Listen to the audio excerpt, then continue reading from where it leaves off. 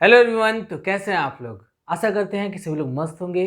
तो दोस्तों, आज के इस लेक्चर में हम डिस्कस करेंगे बीएससी फर्स्ट ईयर का मैथमेटिकल फिजिक्स। ठीक है, क्योंकि ये बीएससी थर्ड ईयर में भी है। ठीक है, मैथमेटिकल फिजिक्स आपको बीएससी थर्ड ईयर में भी काम आएगा, बीएससी फर्स्ट ईयर में भी पढ़ोगे, और साथ ही साथ आप एमएससी करोगे तो एमएससी के लिए भी मैथमेटिकल फिजिक्स आएगा। तो आज का हमारा टॉपिक है वेक्टर कैलकुलस। ठीक है, तो देर न करते हुए स्टार्ट करते हैं आज के इस टॉपिक को। वेक्टर कैलकुलस में हम पढ़ेंगे डिफरेंशिएशन। ठीक है ना। कैलकुलस में देखो दो टर्म आएगा हमारा। सबसे पहला आएगा डिफरेंशिएशन, सबसे पहला टर्म आएगा डिफरेंशिएशन, और दूसरा आएगा इंटीग्रेशन। Integration okay. तो हम आज के इस लेक्चर में डिस्कस करेंगे डिफरेंशिएशन के बारे में कि डिफरेंशिएशन क्या होता है। ठीक है, डिफरेंशिएशन क्या होता है ये तो हमें बताने की ज़रूरत नहीं है, क्योंकि आप जनरली बीएससी के स्टूडेंट्स हैं। तो आपने क्लास 11th में पढ़ा होगा, 12th में भी पढ़ा होगा, तो डिफरेंशिएशन के बारे में बहुत ज़्यादा डिटेल में जाने की ज़रूरत नहीं है। अब देखिएगा, इस वेक्टर डिफरेंशियल को हम कैसे पढ़ते हैं और कैसे समझते हैं, इन सब चीज़ों के बारे में छोटी बातें हम बताते हैं, आपको चर्चा करते हैं। तो देखिएगा, अगर हम वेक्टर कैलकुलस पढ़ेंगे तो वेक्टर कैलकुलस के लिए सबसे नेसेसरी कंडीशन होता है वो है डेल ऑपरेटर। ठीक है ना, ऐसा हम लोग इस सिंबल को हम बोलते हैं डेल ऑपरेटर, और इस डेल ऑपरेटर की वैल्यू होती है डेल अपॉन डेल एक्स आई cap plus del upon del Y जे cap plus del upon del Z के कैप। ओके, ये जो होता है हमारा डेल ऑपरेटर का वैल्यू है। तो यदि आपको वेक्टर कैलकुलस पढ़ना है तो आपको इस डेल ऑपरेटर की वैल्यू याद होनी चाहिए। ठीक है ना।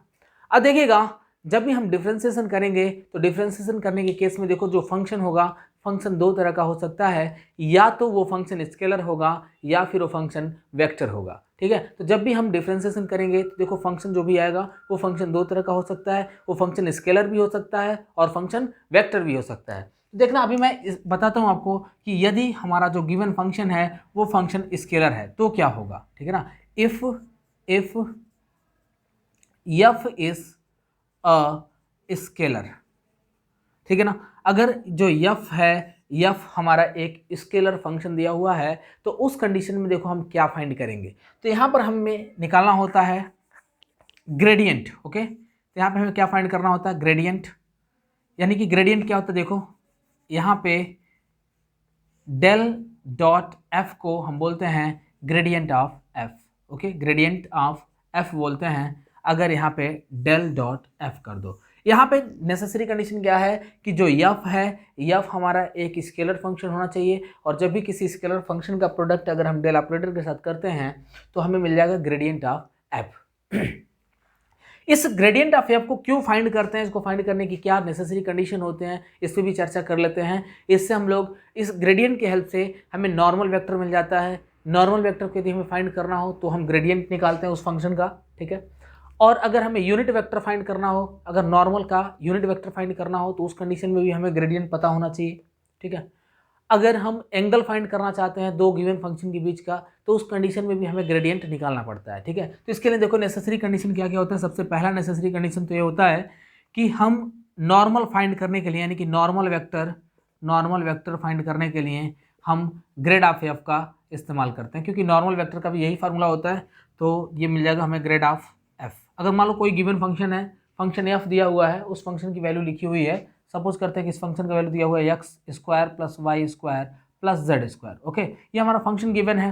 तो इस फंक्शन का जब तुम ग्रेडियंट फाइंड करोगे तभी जाके हम इसका नॉर्मल वेक्टर निकाल सकते हैं। ठीक है, अब देखना, अगर तुम्हें unit of normal vector find करना तो क्या करोगे, for unit of normal vector,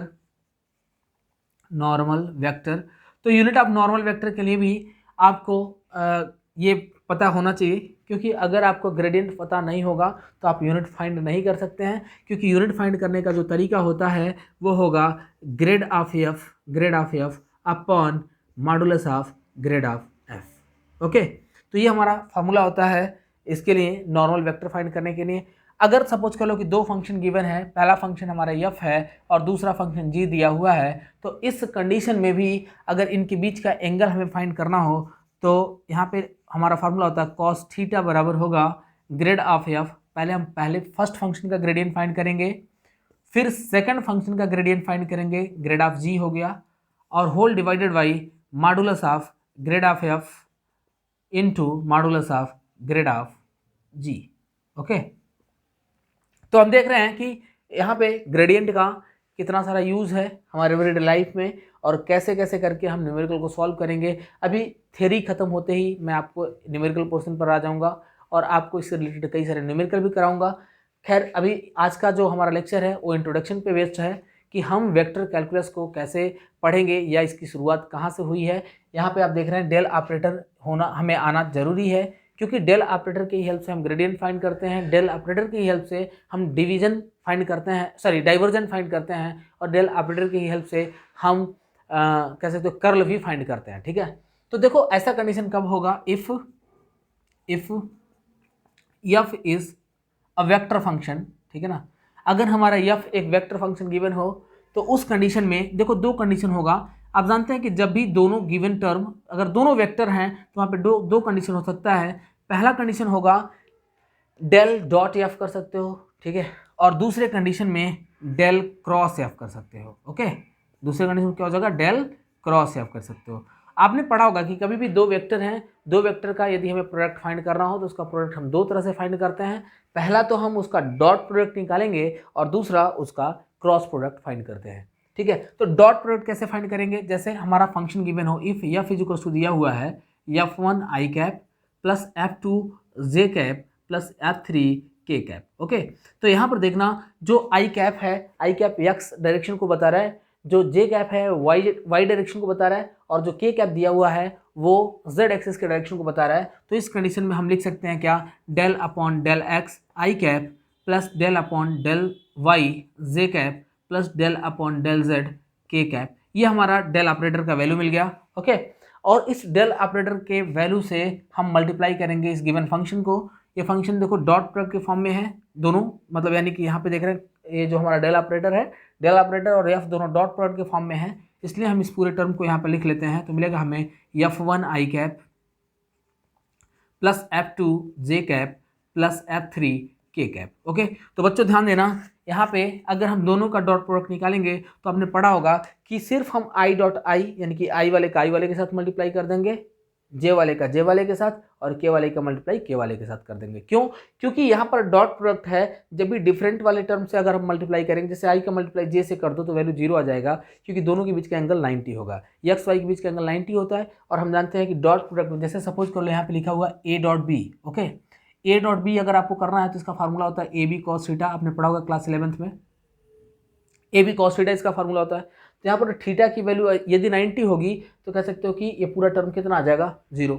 okay, तो अब खुद से सोचो कि अगर आई डॉट जे करते हैं तो इसके बीच का एंगल कितना 90 हो जाएगा, तो पूरा टर्म हमारा 0 आ जाएगा। ओके, आई का मल्टीप्लाई के से कर दोगे तो उस कंडीशन में वैल्यू 0 आएगा, क्योंकि इनके बीच का एंगल 90 है। ठीक है, या जे का मल्टीप्लाई आई से नहीं कर सकते क्योंकि करेंगे तो वैल्यू 0 आएगा, तो इस वजह से उसको लिखने की कोई आवश्यकता नहीं है, हम सिंपली जे का मल्टीप्लाई जे से और के का मल्टीप्लाई के वाले से कर देंगे।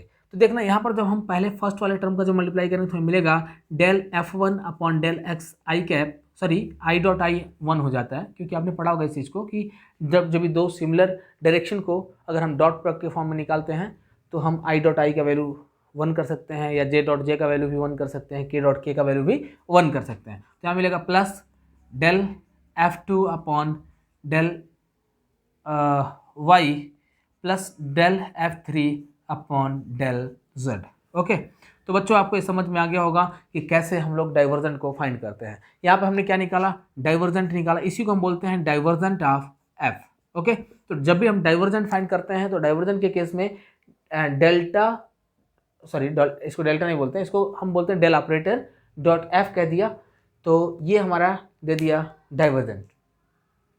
अगर तुम्हें कर्ल फाइंड करना है तो कर्ल फाइंड करने के लिए इसका हमें क्रॉस प्रोडक्ट फाइंड करना होगा। जैसे यहाँ पे थोड़ा सा मैं स्पेस लूँगा, इसे आप चाहे तो वीडियो को पॉज करके आप नोट कर सकते हैं, मैं हट गया हूँ साइड में। ठीक है, तो यकीनन आप लिख लिए होंगे या फिर स्क्रीनशॉट ले लिए होंगे। चलिए आगे बढ़ते हैं, इसे इरेज करते हैं इधर के टर्म को, और आपको क्रॉस प्रोडक्ट समझाता हूँ कि कैसे हम क्रॉस प्रोडक्ट को फाइंड करेंगे।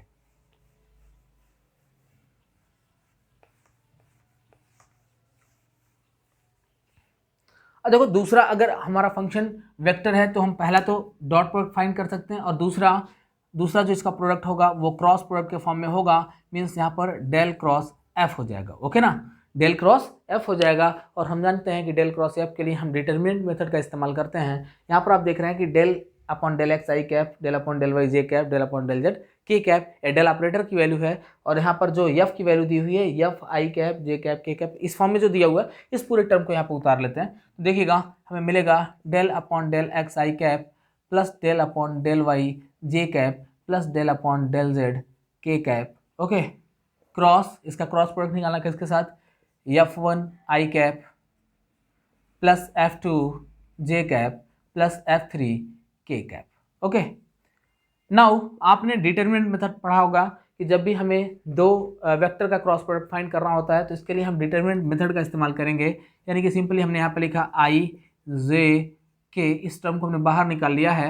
अब देखना आई के साथ पहले हमारा फर्स्ट टर्म है जो दिया हुआ है डेल अपॉन डेल एक्स, फिर मिला डेल अपॉन डेल वाई, फिर मिला del upon del Z. Okay, now यहाँ पे देखो सेकंड जो हमारा फंक्शन है इसमें क्या क्या टर्म दिया हुआ है, F1 F2 F3।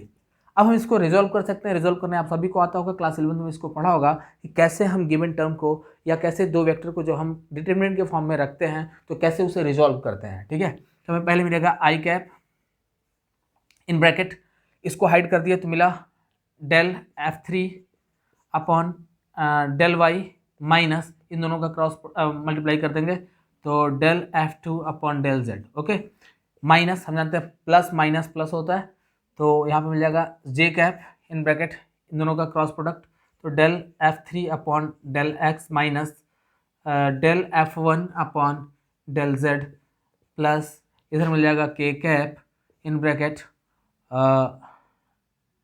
Del F2 upon del x minus del F1 upon del y. Okay, तो बच्चों आपको समझ में आ गया होगा कि कैसे हम डॉट प्रोडक्ट फाइंड करेंगे और कैसे क्रॉस प्रोडक्ट फाइंड करेंगे। तो यहाँ पर जो हम क्रॉस प्रोडक्ट फाइंड किए हैं इसको हम बोलते हैं कर्ल ऑफ एफ। ठीक है ना, कर्ल ऑफ एफ बोलते हैं। तो लगभग समझ गए होंगे कि कर्ल क्या होता है, डाइवर्जेंट क्या होता है और ग्रेडियंट क्या होता है। इन तीनों के बीच में डिफरेंसेस आपको बड़े ही बेहतरीन तरीके से क्लियर हो गए होंगे यकीनन। और अगर आपको हमारा वीडियो पसंद आया तो इस वीडियो को लाइक करें, ज़्यादा से ज़्यादा अपने दोस्तों को शेयर करें। मैं निरंतर आपके लिए एक एक न्यू कंटेंट लेकर के आता रहूँगा जो कि आपके सिलेबस से रिलेटेड होगा। और दोस्तों मेरा निरंतर प्रयास यही रहेगा कि आप अपने एग्जामिनेशन में अच्छा से अच्छा स्कोर कर सकें।